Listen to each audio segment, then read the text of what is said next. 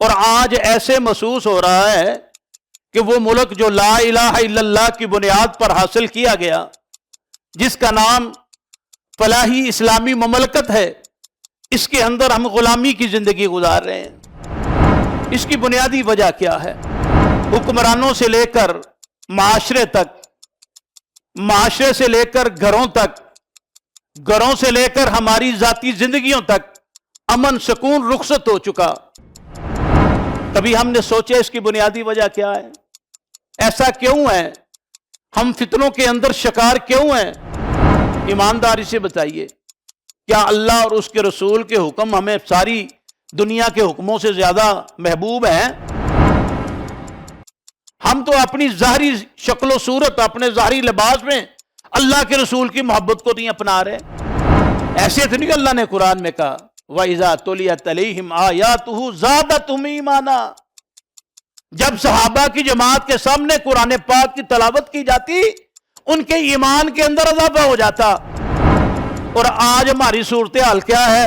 ہم نے قرآن پاک کو اٹھا کر اونچی جگہ پہ رکھ دیا، اس پہ گرد پڑ رہی ہے، مٹی پڑ رہی ہے۔ ہم سال رمضان میں وہ بھی اللہ ماشاءاللہ چند گھر ہے جو قرآن کو اٹھا کے صاف کر کے پڑھتے ہیں، باقی سالوں سال ہم قرآن پاک کو ہاتھ نہیں لگاتے۔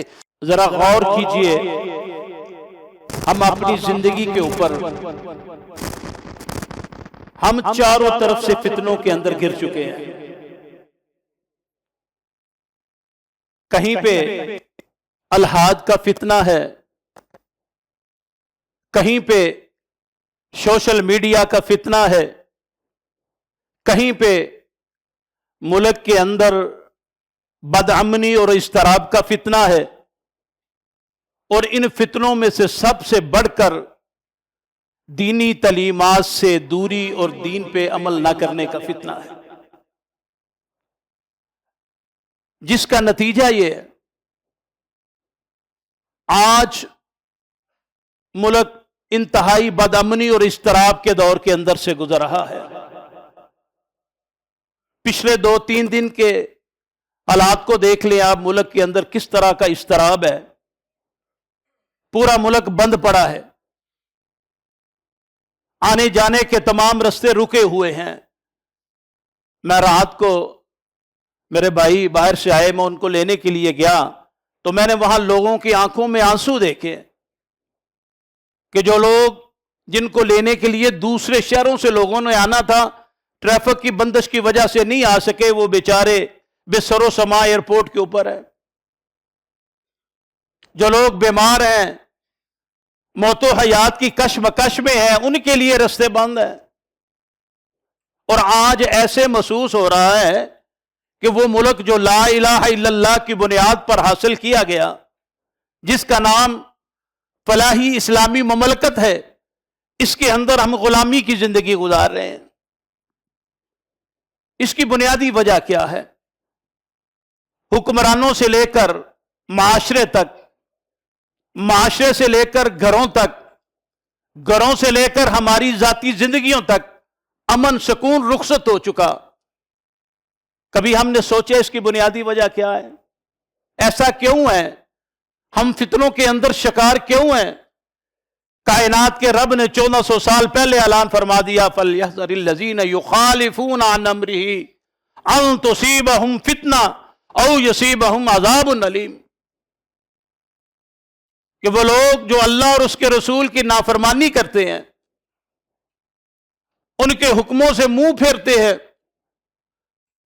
یہاں پہ اللہ نے ڈرایا ہے، انہیں ڈر جانا چاہیے کہ اللہ انہیں فتنوں کے اندر نہ مبتلا کر دے یا انہیں عذاب علیم کے اندر نہ مبتلا کر دے۔ جہاں تک میں سمجھتا ہوں اس کی بنیادی وجہ یہ ہے کہ ہماری زندگیوں میں سے اللہ اور اس کے رسولوں کی حکموں کی اطاعت نکل چکی ہے۔ ہم اللہ اور اس کے رسول کی دن رات مخالفت کر رہے ہیں، جس کی وجہ سے ہم فتنوں کے اندر شکار ہیں۔ آزمائشیں آزمائشیں ہیں، ایک آزمائش ابھی ختم نہیں ہوتی، دوسری آزمائش اس سے بھی بڑھ کے آتی ہے۔ گھروں کے اندر دیکھ لیں، سکون نہیں ہے، کہیں اولاد کی نافرمانی کا فتنہ ہے، کہیں کاروبار کے اندر کمی کا فتنہ ہے، کہیں بیماریوں کے فتنے ہیں، اس کی بنیادی وجہ کیا ہے کہ ہم نے اللہ اور اس کے رسول کی مخالفت کرنا شروع کر دی ہر کام کے اندر۔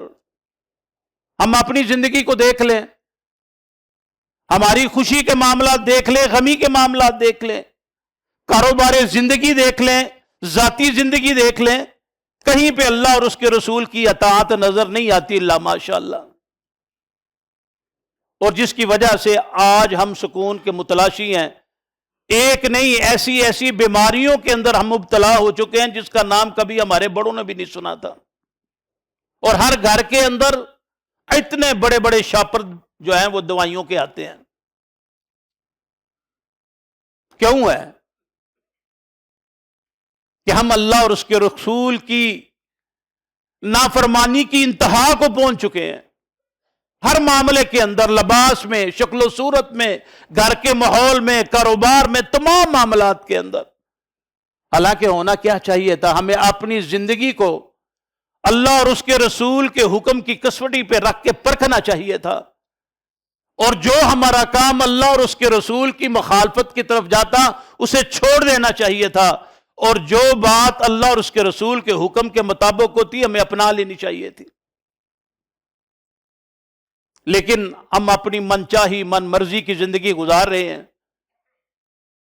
اور وہ وقت آنے والا ہے جب میرے اور آپ کے جسم سے روح نکل جائے گی، پھر ہمیں اللہ کے حضور پیش ہونا پڑے گا، پھر ہمیں اپنی زندگی کے ایک ایک لمحے کا جواب دینا پڑے گا، پھر پتہ چلے گا، پھر انسان پچھتائے گا، کاش میں نے اپنی زندگی اللہ اور اس کے رسول کے حکموں کے مطابق گزاری ہوتی۔ دنیا کے اندر فتنوں کے اندر مبتلا رہے گا ایسا انسان جو اللہ اور اس کے رسول کی مخالفت کرتا ہے، اور کل قیامت کے دن عذاب علیم کے اندر چلا جائے گا۔ یہ مت سمجھیے کہ ہم اللہ اور اس کے رسول کی مخالفت کر کے نہ صرف اپنی زندگیوں کو برباد کر رہے ہیں، بلکہ ہم اس رستے سے دور ہو رہے ہیں جو رستہ جنت کی طرف جانے والا ہے۔ دو ٹوک لفظوں میں اللہ نے قرآن میں فرما دیا، مَن یعص اللہ ورسولہ فقد ضل ضلالا مبینا۔ جس نے اللہ اور اس کے رسول کی نافرمانی کی وہ گمراہی کے گٹا ٹوپ اندھیروں کے اندر چلا گیا، پھر اسے ہدایت والا رستہ نظر نہیں آتا۔ اور اللہ کے رسول نے فرمایا وَمَن یعص اللہ وَرَسُولَهُ فَقَدْ ضَلَّ وَغَوَىٰ۔ نہ صرف وہ گمراہ ہو گیا بلکہ وہ اس رستے سے بھٹک گیا جو رستہ اسے جنت کی طرف لے کر جانے والے تھا۔ آج جنت کے ہم سارے متلاشی ہیں، جنت کے ٹکٹ ہماری جیبوں کے اندر ہیں، لیکن وہ رستہ جو جنت کی طرف لے کے جانے والا تھا، وہ رستہ جو رسول اللہ صلی اللہ علیہ وسلم نے ہمیں بتایا تھا، جس کی راتیں دنوں سے بھی زیادہ روشن ہے، اس رستے کو ہم نے چھوڑ دیا ہے جس کو صراط مستقیم کہتے ہیں۔ تو جب انسان، معاشرہ اللہ اور اس کی نافرمانی، اللہ اور اس کے رسول کی فرمانی میں مبتلا ہو جاتا ہے تو اس کے جسم کے اوپر، اس کی شخصیت کے اوپر بھی 4 اثرات مرتب ہوتے ہیں۔ آج ہم نے یہ دیکھنا ہے کہیں ہم ان 4 اثرات کے زد میں ہم بھی تو نہیں ہیں۔ اگر تو وہ 4 اثرات ہمارے اوپر پائے جاتے ہیں، انسان محسوس کرتا ہے۔ قرآن و سنت کی تعلیمات، قرآن و حدیث کی روشنی میں یہ میں نے 4 نقطے آپ کے سامنے رکھنے ہیں انشاءاللہ۔ شاید کہ تیرے دل میں اتر جائے میری بات۔ انسان کو جو سب سے بڑا نقصان ہوتا ہے اس کی پرسنالٹی کے اوپر، اس کی شخصیت کے اوپر، اس کے جسم کے اوپر، وہ ہے ایمان کا کم ہو جانا، ایمان کی لذت کا ختم ہو جانا، انسان کے دل سے ایمان کا چلے جانا۔ یہ سب سے پہلا اثر ہوتا ہے اللہ اور اس کے رسول کی نافرمانی کا۔ ایمان یوں ہی اچانک نہیں رخصت ہو جاتا، چہرے سے اچانک نور رخصت نہیں ہو جاتا۔ سب سے پہلے اس دل سے اللہ کا خوف رخصت ہوتا ہے، پھر نمازیں رخصت ہوتی ہیں، پھر حیا رخصت ہوتی ہے، پھر پردہ رخصت ہوتا ہے، پھر ایمان رخصت ہو جاتا ہے۔ کیونکہ اللہ کے نبی نے فرمایا الحیاء من الایمان، حیا ایمان کا حصہ ہے۔ اگر انسان کے دل کے اندر حیا ہے تو ایمان ہے، اگر حیا نہیں تو ایمان نہیں ہے۔ آج ہم اپنے گھروں کا ماحول دیکھ لیں، معاشرے کو چھوڑ دیں، کیا ہمارے گھروں میں حیا دار ماحول موجود ہے؟ جب دلوں سے حیا رخصت ہو جائے گی، گھروں سے حیا رخصت ہو جائے گی، پردہ رخصت ہو جائے گا، نمازیں بھی رخصت ہو جائیں گی، ایمان بھی رخصت ہو جائے گا۔ اور اللہ کے نبی صلی اللہ علیہ وسلم نے دو ٹوک لفظوں میں فرمایا کہ وہ آدمی ایمان کی لذت کو محسوس کرتا ہے جس کے اندر یہ تین باتیں پائی جاتی ہوں۔ اگر یہ تین باتیں اس کے دل کے اندر موجود ہیں تو اس کے دل کے اندر ایمان کی مٹھاس موجود ہوگی، ایمان کا ذائقہ اس کو آئے گا۔ پہلی بات، اسے اللہ اور اس کے رسول سے محبت ساری دنیا سے زیادہ ہو۔ اس کا کیا مطلب ہے؟ صرف ذات سے محبت، صدقے یا رسول اللہ، واری یا رسول اللہ؟ کیا اللہ کے رسول سے خالی ان کی ذات سے محبت؟ نہیں، ذات سے محبت ہونی چاہیے، بلکہ اللہ اور اس کے رسول کے حکموں سے محبت۔ جب اس اللہ اور اس کے رسول کے حکموں سے محبت دل میں آ جائے گی تو دل میں ایمان بھی آ جائے گا، مٹھاس بھی آ جائے گی۔ ایمانداری سے بتائیے، کیا اللہ اور اس کے رسول کے حکم ہمیں ساری دنیا کے حکموں سے زیادہ محبوب ہیں؟ ہم تو اپنی ظاہری شکل و صورت، اپنے ظاہری لباس میں اللہ کے رسول کی محبت کو نہیں اپنا رہے، باطنی تو بہت دور کی بات ہے۔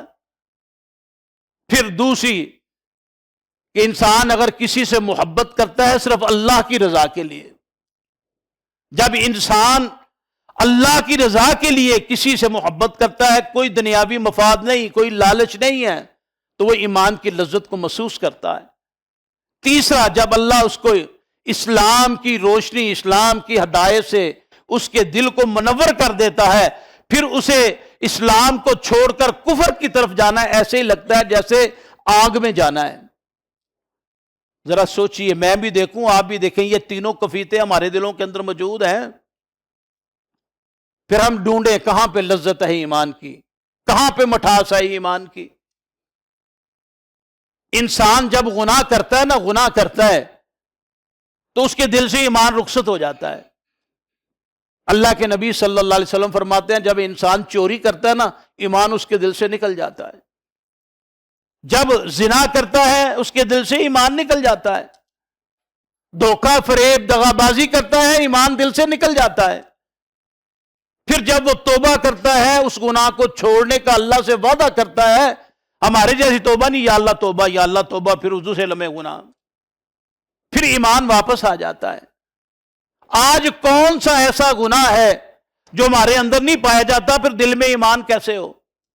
تو سب سے پہلی سزا جو انسان کو دنیا کے اندر ملتی ہے، اس کے جسم کے اوپر اثر انداز ہوتی ہے، وہ ایمان کا رخصت ہو جانا، ایمان کے اندر کمی کا پیدا ہو جانا۔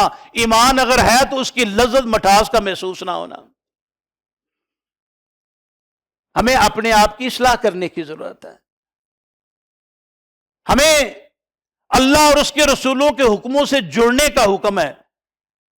تمام معاملات کے اندر، وہ ہمارا نظام زندگی کاروباری ہو یا گھر کا نظام ہو، سارے نظاموں کے اندر غمی ہو، خوشی ہو، سارے کام کرنے سے پہلے ہم نے یہ سوچنا ہے اس کام کرنے کا حکم اللہ اور اس کے رسول نے دیا ہے کہ نہیں دیا۔ اگر اللہ اور اس کے رسول نے حکم دیا ہے تو سر ماتھے کے اوپر، اگر اللہ اور اس کے رسول نے حکم نہیں دیا، منع کیا ہے، تو ساری دنیا کی مخالفت مول لے کر بھی اس حکم کو چھوڑنا پڑے گا۔ پھر انشاءاللہ دلوں کے اندر ایمان کی لذت بھی آئے گی، ایمان کی مٹھاس بھی آئے گی، ایمان کی زیادتی بھی ہوگی۔ ٹائم مختصر ہے، اس لیے میں اشارتاً اپنی باتوں کو آپ کے سامنے رکھتا ہوا موضوع کو سمیٹنا چاہتا ہوں۔ اور دوسری، جو انسان کے جسم کے اوپر، اس کی شخصیت کے اوپر، دنیا کے اندر جو چیز اس کے اوپر یہ چیز محسوس کرتا ہے، یا جس کا دوسرا نقصان اس کا یہ ہوتا ہے کہ عبادات کے اندر، مناجات کے اندر لذت ختم ہو جاتی ہے۔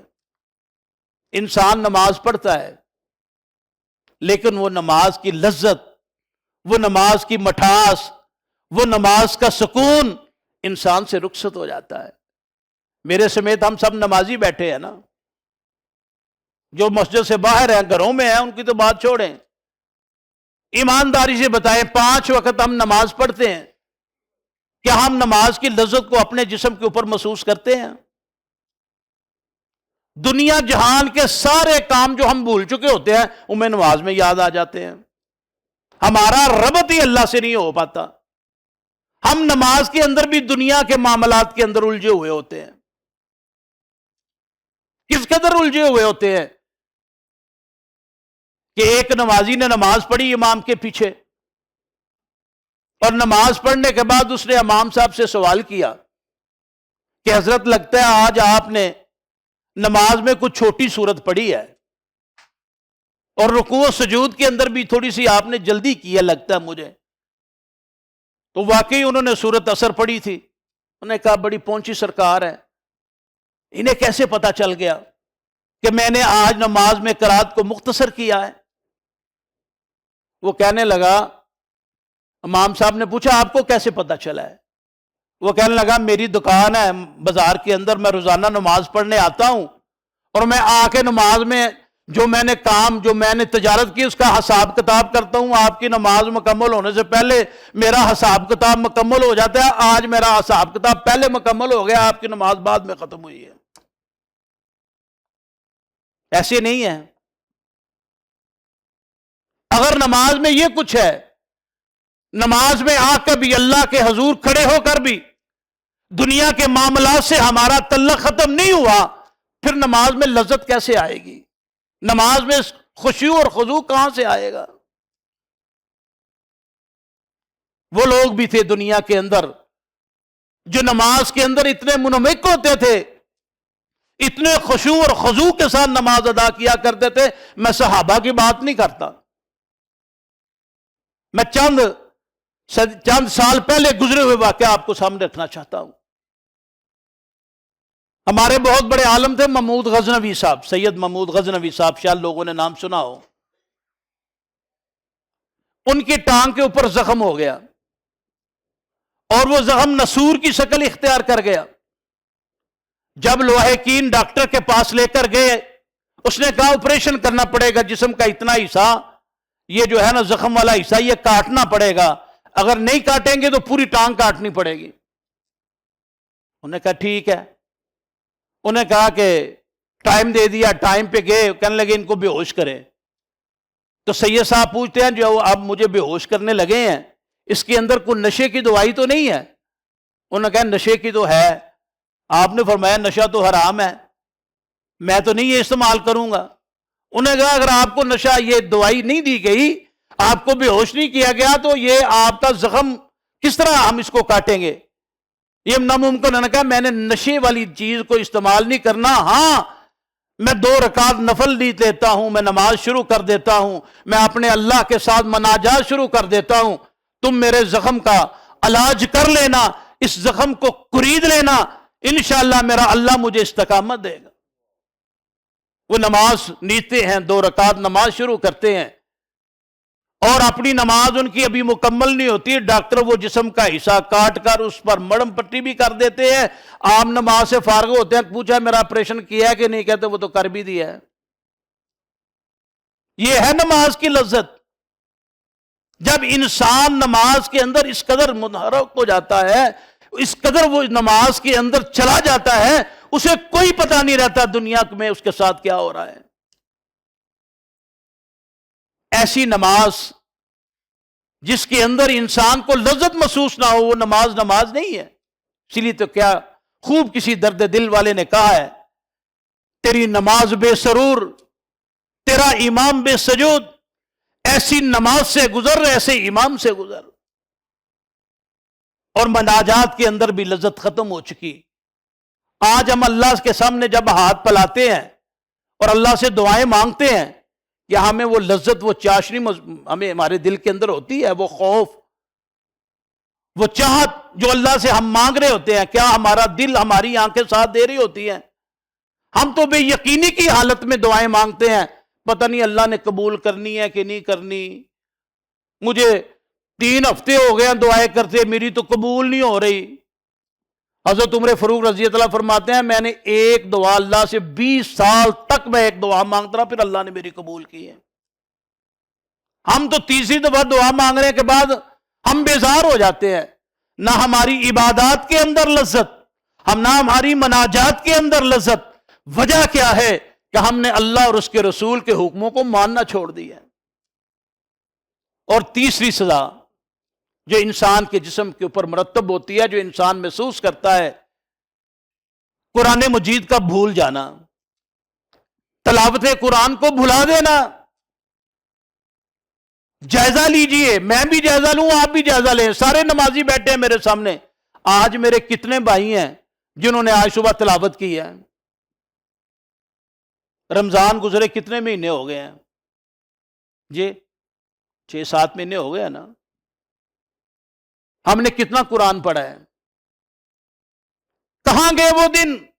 یہ میرے بزرگ جانتے ہیں، ہم نے بھی دیکھا ہے، سنے ہیں کہ جب صبح فجر کی نماز کے لیے ہم مسجد میں جاتے اور واپس آیا کرتے، ہر گھر سے تلاوت قرآن کی آواز آیا کرتی تھی، مسجد کے اندر لوگ بیٹھ کے تلاوت کلام پاک کیا کرتے تھے۔ آج کیا صورتحال ہے؟ اللہ ماشاء اللہ پورے محلے میں کوئی گھر ہو جس میں روزانہ کی بنیاد پہ تلاوت ہوتی ہو۔ 6-6 7-7 ماہ گزر گئے، اللہ کے قرآن سے ہم نے تعلق توڑا ہوا ہے۔ اور میرے بھائیو، یہ اللہ نے اپنا کلام میرے نبی کے کہاں پہ نازل کیا؟ دل کے اوپر۔ آج ہم سو کر اٹھتے ہیں نا، ہمیں منہ دھونے کی اتنی فکر نہیں ہوتی جتنی موبائل کو صاف کرنے کی فکر ہوتی ہے۔ ایسے ہی ہے نا، یہ بھی سے ٹیشو رومال نکالتے ہیں، اس کی سکرین کو صاف کرتے ہیں اچھی طرح، تاکہ اس کے اوپر جو میسج آئے ہیں میں اس کو آسانی سے پڑھ لوں۔ کیا اللہ نے ہماری طرف کوئی میسج نہیں بھیجا؟ جی 30 پاروں کی صورت میں اللہ نے میسج بھیجے ہیں، اور آج ہم نے اس کے اثرات کہاں پہ ہونے تھے؟ یہ دل کی سکرین کے اوپر۔ یہ سکرین صاف کرنے کی تجھے فکر لگ گئی، لیکن اس سکرین کو بھی صاف کرنے کا تو نے کبھی سوچا ہے؟ ایسے تو نہیں اللہ نے قرآن میں کہا وَإِذَا تُلِيَتْ عَلَيْهِمْ آيَاتُهُ زَادَتْهُمْ ایمانا۔ جب صحابہ کی جماعت کے سامنے قرآن پاک کی تلاوت کی جاتی، ان کے ایمان کے اندر اضافہ ہو جاتا۔ اور آج ہماری صورتحال کیا ہے؟ ہم نے قرآن پاک کو اٹھا کر اونچی جگہ پہ رکھ دیا، اس پہ گرد پڑ رہی ہے، مٹی پڑ رہی ہے۔ ہم رمضان میں وہ بھی اللہ ماشاءاللہ چند گھر ہے جو قرآن کو اٹھا کے صاف کر کے پڑھتے ہیں، باقی سالوں سال ہم قرآن پاک کو ہاتھ نہیں لگاتے۔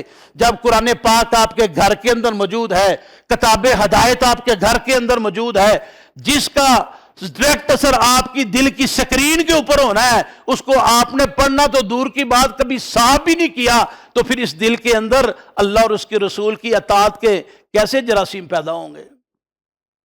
جب قرآن پاک گردآلود ہوگا، جب قرآن پاک جو ہے لحافوں کے اندر، غلافوں کے اندر لپٹا ہوا ہوگا، پھر ہماری دعائیں کیسے قبول ہوں گی؟ پھر اللہ کی رحمت کا نزول کیسے ہوگا؟ پھر گھروں کے اندر لڑائی جھگڑے کیسے ختم ہوں گے؟ پھر گھروں کے اندر جادو ٹونے کے اثرات کیسے ختم ہوں گے؟ اللہ نے ایسی کتاب نازل کر دی کہ جس کو استعمال کرنے کے بعد تیرے سینے کی بیماریاں بھی دور، تیرے جسم کی بیماریاں بھی دور، تیرا گھر بھی فتنوں سے دور، تیرا گھر جنات سیب سے دور، لیکن تجھے کبھی توفیق ہی نہیں اس کو پکڑ کے کھول کے پڑھ لے۔ اللہ ماشاءاللہ کتنے میرے بھائی ایسے ہیں جو روزانہ کی بنیاد پہ تلاوت کرتے ہیں، چاہے ایک رکوع ہی پڑھتے ہیں۔ کیا اللہ نے قرآن اس لیے اتارا تھا؟ ہمارے دل کی سکرینیں گندی ہو چکی ہیں، گناہوں کے گرد و غبار سے ہٹ چکی ہیں۔ واللہ آج ہم ان سکرینوں کو صاف کرنے کی ضرورت ہے۔ جس طرح موبائل کی سکرین کو صاف نہیں کریں گے میسج کلیئر نہیں ہوگا، اسی طرح اگر دلوں کی سکرینیں کلیئر نہیں ہوں گی تمہارے دل پہ ہدایت کا اثر نہیں ہوگا۔ اور چوتھی اور آخری بات، استغفار کا انسان کی زندگی سے چھن جانا۔ جب انسان اللہ اور اس کے رسول کی مخالفت کرتا ہے، اس کے حکموں کو نہیں مانتا، اللہ اور اس کے رسول کی اطاعت نہیں کرتا، اللہ تعالیٰ اس سے استغفار کرنے کی طاقت ہی چھین لیتا ہے۔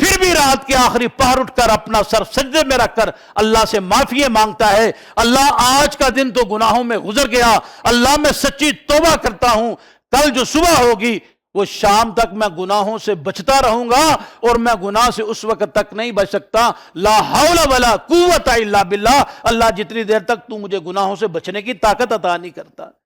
اس لیے تو اللہ کے نبی نے فرمایا کثرت سے پڑھا کرو، لا حول ولا قوت الا باللہ۔ کسی انسان کے اندر یہ قوت طاقت نہیں ہے کہ وہ نیکی کو اختیار کر سکے یا گناہ سے بچ سکے، ہاں اللہ اس کو قوت اور طاقت عطا کر دے۔ تو یہ چار باتیں انسان کے جسم کے اوپر مرتب ہوتی ہیں، چار باتیں جو اللہ اور اس کے رسول کی حکموں کی مخالفت کرتا ہے۔ اس تناظر کے اندر میں بھی دیکھوں، آپ بھی دیکھیں، کیا یہ چار کفیتیں ہمارے اوپر تو نہیں ہیں؟ کیا ہمیں ایمان کی لذت، ایمان کی مٹھاس محسوس ہو رہی ہے؟ کیا ایمان ہمارا کم ہو رہا ہے یا بڑھ رہا ہے؟ کیا عبادات کے اندر، مناجات کے اندر ہمیں لذت آ رہی ہے؟ کیا ہم قرآن کو بھول تو نہیں چکے؟ کیا ہم روزانہ کی بنیاد پر قرآن کی تلاوت کرتے ہیں؟ کیا ہم روزانہ کی بنیاد پر استغفار کرتے ہیں 100 مرتبہ؟ اگر ہم کر رہے ہیں تو مبارکباد کے مستحق ہیں۔ اگر یہ چاروں چیزیں ہمارے اندر نہیں ہیں تو پھر ہمیں سوچنا چاہیے، لمحہ فکریہ ہے کہ ہم اللہ اور اس کے رسول کے حکموں کی مخالفت کے اندر زندگی گزار رہے ہیں، جس کی وجہ سے یہ چاروں چیزیں ہم سے چھن چکی ہیں۔ اگر ہم چاہتے ہیں ہمیں دنیا کے اندر بھی اور آخرت کے اندر بھی کامیابی ملے تو ایک ہی رستہ ہے، وہ اللہ اور اس کے رسول کا رستہ ہے، جس کو صراط مستقیم کہتے ہیں۔ جو انسان اس رستے پہ چل پڑتا ہے اللہ تعالیٰ اس کو سیدھا جنت میں لے جاتا ہے۔ ادھر موت کا پیغام آتا ہے، ادھر اللہ کا سلام آتا ہے، اور فرشتہ کہتا ہے یا ایتھا النفس المطمئنہ ارجعی الی ربک راضیۃ مرضیہ فادخلی فی عبادی وادخلی جنتی۔ اللہ سے دعا ہے اللہ تعالیٰ میرا اور آپ کا شمار بھی ان لوگوں میں کر دے۔ اللہ ہمیں کثرت کے ساتھ استغفار کرنے کی توفیق عطا فرمائے، اللہ ہمیں کثرت کے ساتھ قرآن پاک کی تلاوت کرنے کی توفیق عطا فرمائے، اللہ ہماری نمازوں کے اندر، ہماری مناجات کے اندر اللہ لذت پیدا کر دے، اللہ ہمیں یہ توفیق عطا فرمائے، ہم اپنے دلوں کی سکرینوں کو صاف کر لیں۔ جب دلوں کی سکرینیں صاف ہو جائیں گی انشاءاللہ اللہ کی ہدایت اترنا شروع ہو جائے گی۔ اللہ سے دعا ہے اللہ کہے سنے پر عمل کرنے کی توفیق عطا فرمائے۔